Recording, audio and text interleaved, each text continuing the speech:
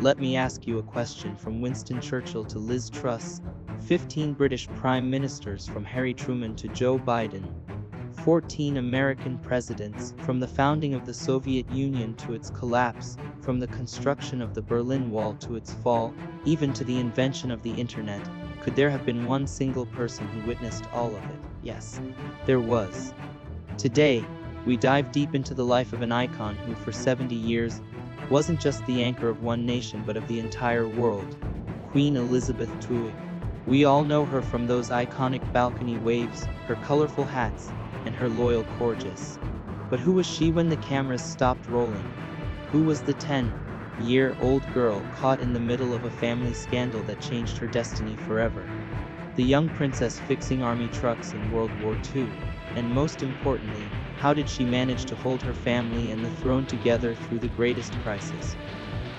Buckle up, because this is a journey that will challenge everything you thought you knew. Ready? Let's begin.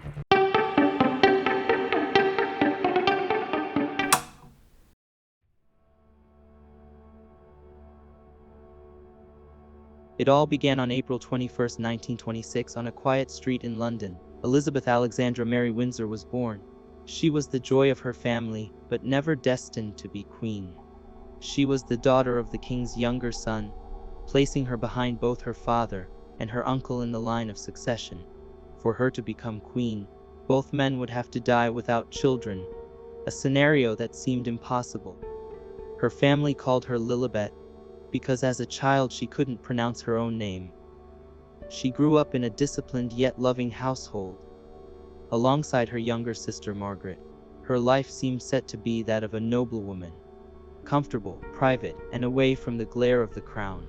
But then came 1936 and everything turned upside down. Her uncle, King Edward V, gave up the throne for love, choosing to marry the twice divorced American Wallis Simpson. In Britain, this was nothing short of an earthquake. Elizabeth's father, despite his stutter and reluctance, stepped up as King George VI. And just like that, 10-year-old Lilibet woke up one morning as Princess Elizabeth, heir to the throne. Can you imagine? Overnight, playtime and lessons were replaced with a strict education in constitutional law, history, and everything a queen would one day need to know. Fate had begun weaving its web.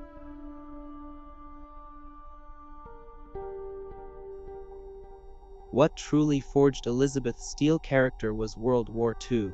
When London was under Hitler's bombs, officials suggested sending the princesses to Canada for safety. But the Queen Mother's reply became legendary. "The children won't go without me. I won't go without the king, and the king will never leave." So Elizabeth and Margaret stayed in Windsor Castle throughout the war. In 1940, just 14 years old, Elizabeth gave her first public broadcast, comforting children who had been evacuated from their homes. It was her very first public duty. But she didn't stop there. In 1945, as soon as she came of age, she persuaded her father to let her join the Auxiliary Territorial Service. As Second Subaltern Elizabeth Windsor, service number 230873, she trained as a mechanic. She changed truck tires, dismantled engines, cleaned spark plugs. Yes, you heard that right. The future Queen of England was fixing cars. This experience made the public see her as one of them, and it instilled in her a lifelong sense of duty.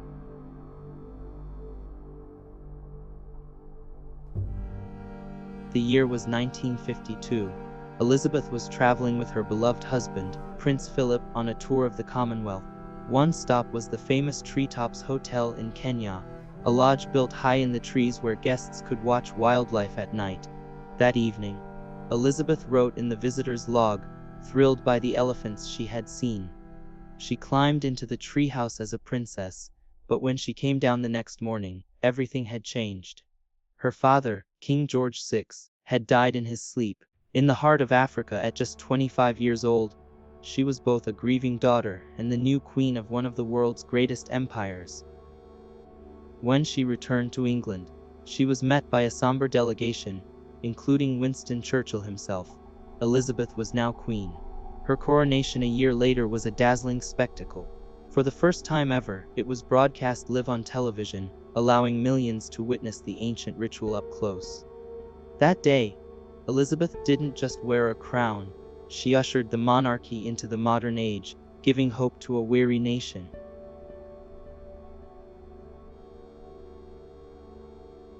A reign lasting 70 years was bound to face storms, but for Elizabeth 1992 was a true nightmare. She herself would call it annus horribilis, a horrible year. Why? The list was long. In March, her son Prince Andrew separated from his wife. In April, her daughter Princess Anne divorced. And by year's end, her beloved childhood home, Windsor Castle, was engulfed in flames. But the deepest wound came from the collapsing marriage of Prince Charles and Princess Diana. Rocked by scandal, infidelity, and leaked tapes, the monarchy hit rock bottom in 1997 when Diana's tragic death shook the world. The palace remained silent for days, flags stayed at full mast. To the public, the Queen's silence seemed cold, almost heartless. "Show us our Queen," screamed the newspapers. Finally, Elizabeth returned to London. She walked among the sea of flowers left for Diana and delivered a live broadcast.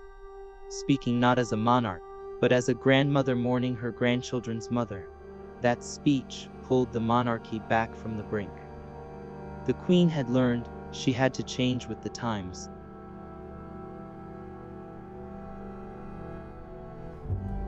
One of Elizabeth's greatest strengths was blending tradition with modernity. Remember the 2012 London Olympics opening ceremony.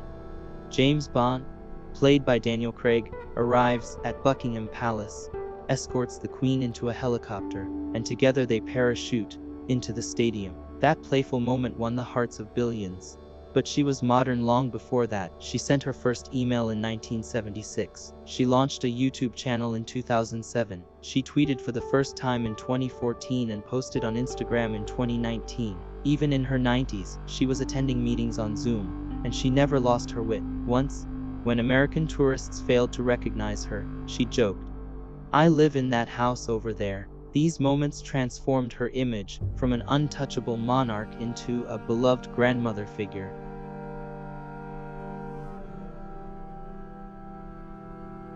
When Queen Elizabeth II passed away on September 8, 2022, an era came to a close. She wasn't just a monarch, she was a symbol of stability in an uncertain world. For 70 years, she showed the meaning of duty, service, and sacrifice. Her legacy isn't just crowns and palaces, but the proof that even in a changing world, one can adapt without losing one's identity or values. So, what do you think? From Queen Elizabeth's 70-year reign, what stands out as her most unforgettable moment? Will you remember her as a leader, or as a grandmother? Thank you for watching our video. Don't forget to like and subscribe. We value your thoughts greatly. Let us know in the comments.